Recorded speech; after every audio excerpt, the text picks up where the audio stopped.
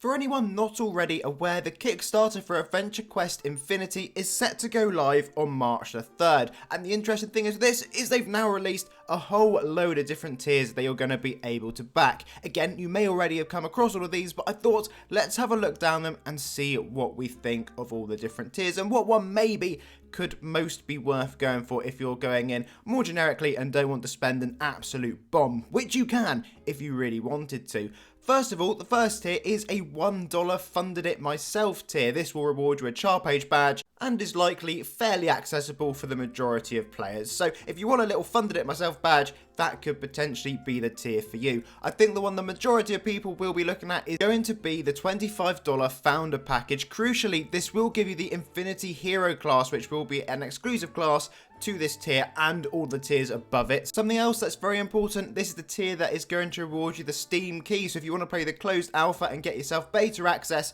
this is where you need to go. There's also some extra rewards thrown in there as well, including your name in the credits. There's also a cross-game reward sword, which you can see, which will go across various different AE games that you're going to be able to grab.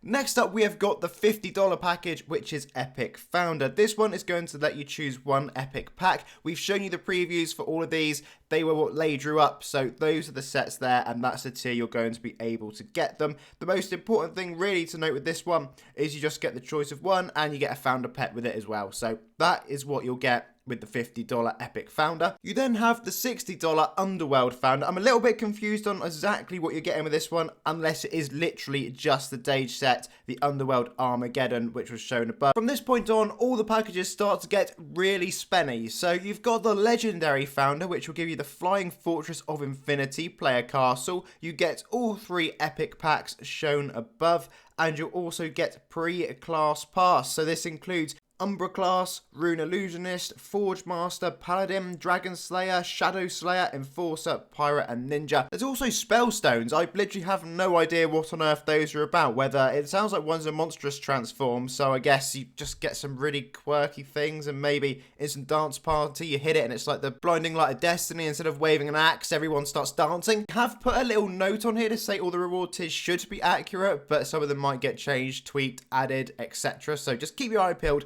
in case anything does change. Now, this one really interests me. The $250 Immortalized Founder. That little voice on my shoulder is going, do it.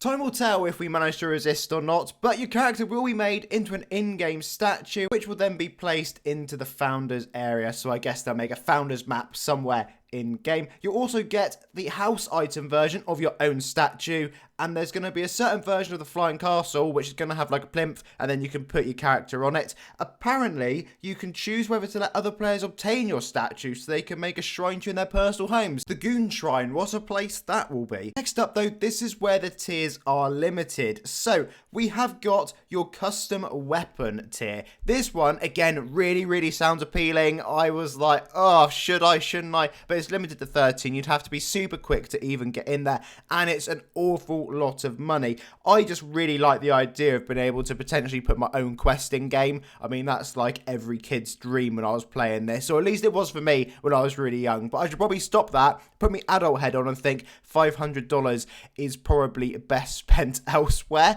But that is something you can do if you want to. There's also the custom armor set designer, which is very similar to this, so you get a full set. So that is $1,500. It's limited to only 9 people. And then the most bonkers one, and if anyone does purchase this, I would love to know what the actual outcome is. The Mysterious Strangers offer for $5,000, limited to 1 player. What's this going to be, like an entire map that you can design? Is it going to be something absolutely outrageously crazy they send you in the post? I don't know. I have seen some exceptionally wild ideas out there on this topic, but look, time will tell, and I'm intrigued.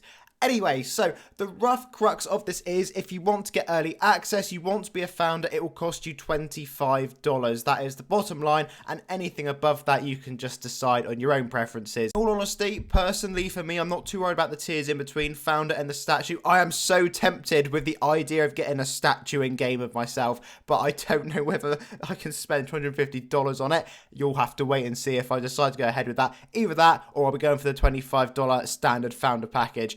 I won't be doing anything in between. I think that's probably where I'm at. I may change my mind in the future. I don't know. But there you go. That's the Kickstarter. Depends how invested in the games you are. As always, I'll make sure to keep you up to date on AQ Infinity content as and when we get it. And I'll catch you again very soon for another video. So until next time, have a lovely day.